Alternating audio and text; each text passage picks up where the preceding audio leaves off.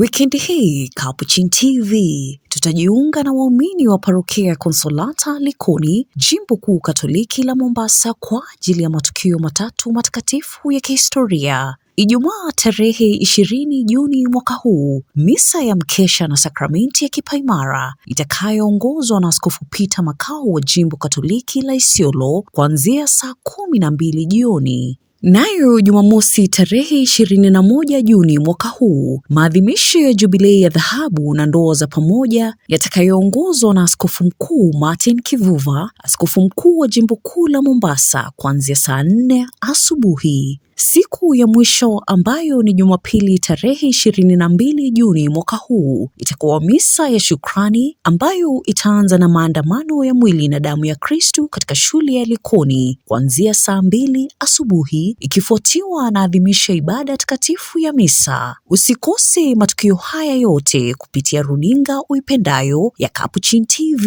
na kwenye mitandao yetu ya kijamii.